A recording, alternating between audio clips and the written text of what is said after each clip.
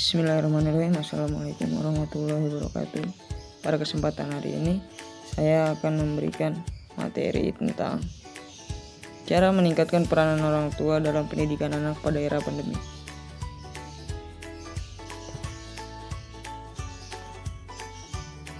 Peran orang tua sangatlah penting dalam pendidikan, karena pendidikan yang pertama dan utama dimulai dari lingkungan keluarga dan orang tua. Menurut Lestari 2012 bulan 10, peran orang tua merupakan cara yang digunakan oleh orang tua berkaitan dengan pandangan mengenai tugas yang harus dijalankan dalam membina anaknya. Pada era pandemi ini, orang tua dituntut dapat beradaptasi dan juga aktif dalam kegiatan pembelajaran jarak jauh (PJJ) melalui Surat Edaran Kemendikbud Nomor 4 Tahun 2020 berisi arahan mengenai belajar dari rumah melalui PJJ. Mendampingi anak di rumah dengan mikir.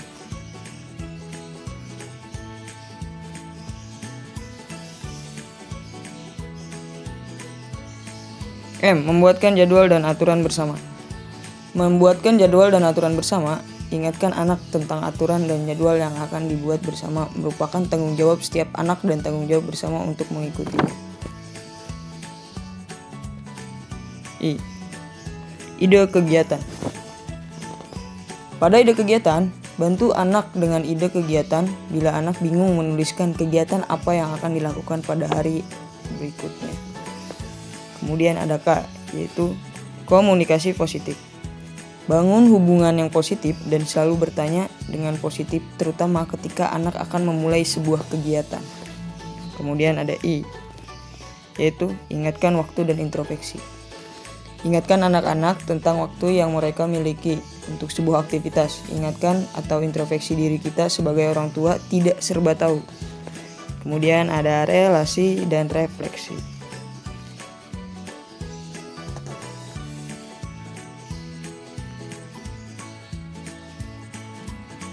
Membuatkan jadwal dan aturan bersama.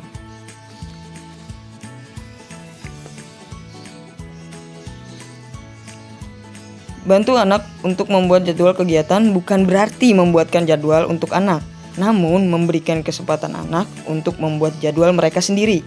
Hal ini membantu anak bertanggung jawab terhadap semua rencana kegiatan yang akan dilaksanakan pada hari-hari selanjutnya. Berikanlah waktu kepada anak untuk mengingatkan kembali apa yang harus dikerjakan secara harian. Tuliskan dan tempelkan jadwal kegiatan yang harus dibuat anak di tempat yang mudah terlihat. Diskusikan atau berikan kesempatan anak untuk membuat 2 opsi kegiatan sehingga ada pilihan kegiatan yang bisa dijalankan.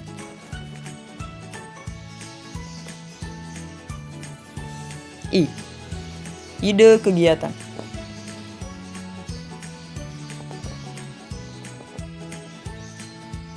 Jika anak kesulitan menemukan ide, bantu mereka dengan menyebutkan beberapa hal yang bisa dilakukan selain mengerjakan tugas dari sekolah. Contoh seperti kegiatan rutin harian, yaitu mandi pagi, sarapan, berdoa. Kemudian ada kegiatan belajar, yaitu meningkatkan apa yang harus dikerjakan anak di rumah sesuai tugas yang diberikan oleh gurunya. Kemudian ada kegiatan fisik seperti olahraga ringan, membersihkan halaman, membersihkan rumah atau kamar sendiri, membersihkan alat pribadi seperti mencuci piring dan gelas setelah makan. Adapun kegiatan lain yaitu membaca buku, bermain musik, menulis jurnal harian, bermain games, membantu orang lain di tengah wabah COVID-19 seperti memberikan makanan untuk yang memerlukan, mengumpulkan uang saku untuk disumbangkan dan lain sebagainya. Kemudian ada K, yaitu komunikasi positif.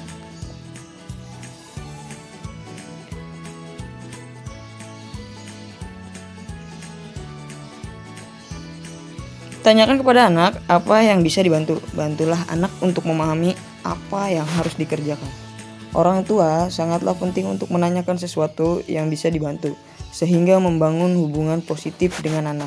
Bertanya tentang apa yang bisa dibantu bukan berarti mengerjakan semua pekerjaan yang harus dikerjakan anak.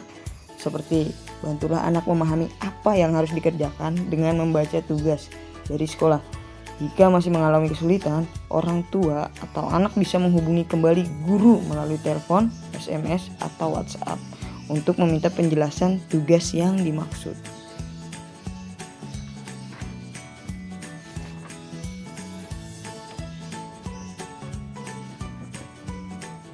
I. Ingatkan waktu dan introspeksi. Ingatkan jadwal kegiatan dan waktu yang akan, sedang, dan telah digunakan oleh anak. Mengingatkan kegiatan yang sudah direncanakan bisa membantu mereka mencapai target.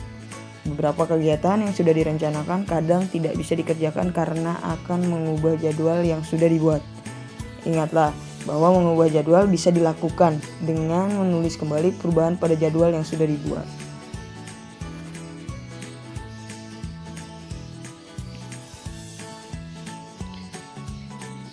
Ingatkan diri kita masing-masing, orang tua bukan orang yang serba tahu segalanya. Respon seperti ini juga bisa digunakan orang tua kepada anak. Seperti, maaf, ayah atau bunda belum punya jawaban untuk pertanyaan itu. Sekarang, mari kita cari bersama jawaban dan kita diskusikan 1 jam lagi dari sekarang. Jika kita tidak mengerti tentang apa yang anak tanyakan, ingat, banyak jalan menuju Roma. Ini berupa idenya.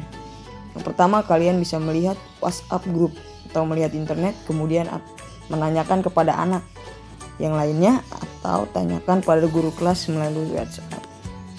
Oke, next. R.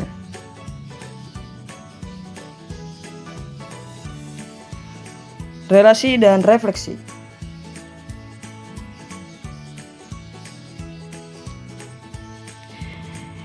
Bantu anak untuk melakukan refleksi tentang apa yang sudah dikerjakan pada hari itu. Lakukan refleksi dengan anak dalam aktivitas santai, sambil mengobrol di ruang keluarga, menjelang tidur, atau saat makan malam. Refleksi bisa dilakukan dengan mengajukan pertanyaan seperti, bagaimana perasaanmu hari ini? Atau, apa yang sudah berhasil dilaksanakan dan apa yang belum berhasil? Apa yang membuatmu senang, sedih, kesal, atau bahagia? Dengarkan cerita mereka. Pujilah anak-anak hari ini dan berikan komentar atau saran jika diperlukan, karena sebuah pujian merupakan motivasi untuk mereka.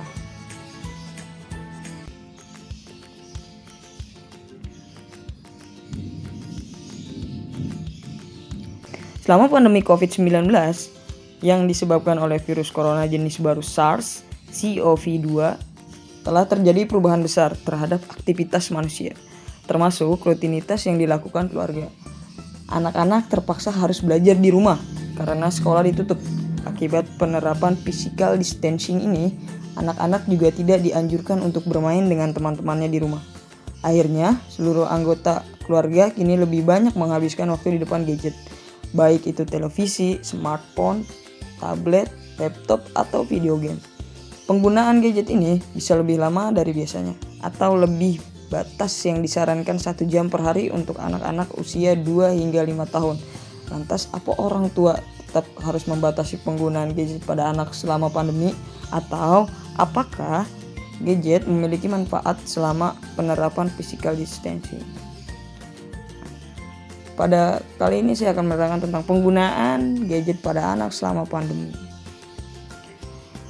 Beberapa orang tua memiliki perasaan yang campur aduk saat membiarkan anak menghabiskan lebih banyak waktu dengan gadget selama pandemi ini. Namun, kamu tidak sendiri. Hampir semua orang tua kini merasakan kekhawatiran yang sama. Pada awalnya, orang tua merasa bersalah karena kini gadget mengambil alih perhatian anak.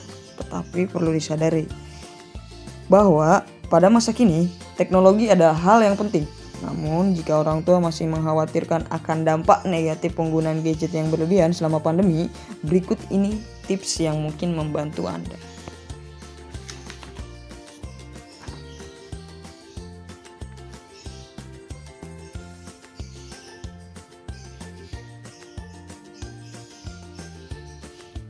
P. Pilih program pendidikan yang bermutu. Salah satu fungsi gadget selain hiburan adalah sebagai sarana pendidikan. Oleh karena itu, pastikan orang tua memilih program dengan konten yang tepat sesuai usia anak. Program-program berkualitas tinggi lebih cenderung untuk menyesuaikan konten mereka dengan kebutuhan anak-anak. Biasanya, video yang mereka sajikan memiliki alur cerita yang keren dan bisa membantu perkembangan anak-anak. Program pendidikan sering memberi label objek dan berbicara langsung kepada anak-anak yang dapat membantu untuk mempelajari kata-kata dan suara baru. Kemudian ada U. Usahakan orang tua ikut menonton. Ada bukti yang menunjukkan bahwa ketika anak-anak dan orang tua menonton layar bersama, anak-anak lebih mungkin untuk belajar kata-kata baru. Orang tua membantu anak-anak mereka ketika menggunakan media bersama dengan mengarahkan perhatian anak ke konten tertentu. Seperti mendiskusikan apa yang dilihat dan memperkuat apa yang telah mereka pelajari. Duduklah bersama anak dan nikmati media secara bersamaan. Gunakan gadget untuk terhubung dengan saudara dan teman. Ahli perkembangan anak menyarankan untuk menggunakan gadget untuk terhubung dengan keluarga, teman, dan orang yang dicintai.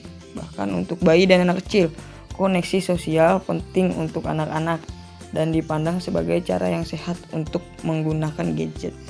Karena kita tidak bisa dengan mudah mengunjungi keluarga di tempat lain, maka saatnya memanfaatkan berbagai aplikasi video call untuk berkomunikasi dengan mereka. Mintalah keluarga atau teman pada obrolan video untuk berinteraksi dengan anak, misalnya dengan bernyanyi, menari, atau membacakan cerita untuk anak. Oke, next. Kemudian ada seimbangkan dengan aktivitas lain. Anak dapat belajar dengan baik ketika mereka terlibat dalam interaksi atau percakapan dengan orang tua, saudara kandung, atau kakek nenek mereka. Jadi selama pandemi COVID-19, cobalah untuk mengimbangi penggunaan gadget dengan aktivitas lain yang melibatkan anak. Orang tua bisa mengajak anak untuk melakukan hal-hal menyenangkan seperti berkebun, menyiram tanaman di halaman rumah, bermain sederhana seperti monopoli atau ular tangga, dan sebagainya. Ingat, orang tua harus membatasi penggunaan gadget karena ada bukti yang menunjukkan bahwa penggunaan gadget berlebihan bisa menghambat pertumbuhan dan perkembangan anak. Pastikan juga mereka tidak main gadget sebelum tidur, karena hal ini mempengaruhi kualitas tidur jika mereka untuk menerapkan waktu tanpa gadget.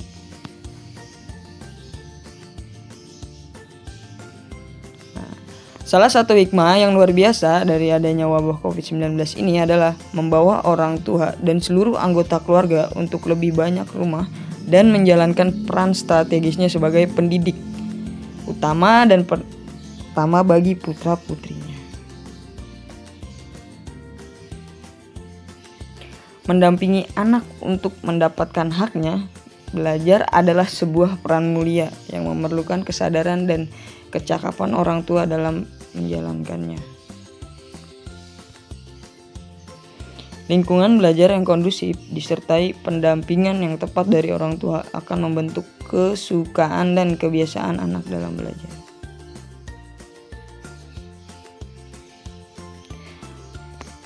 Oke, sekian dari saya. Kurang lebihnya mohon maaf.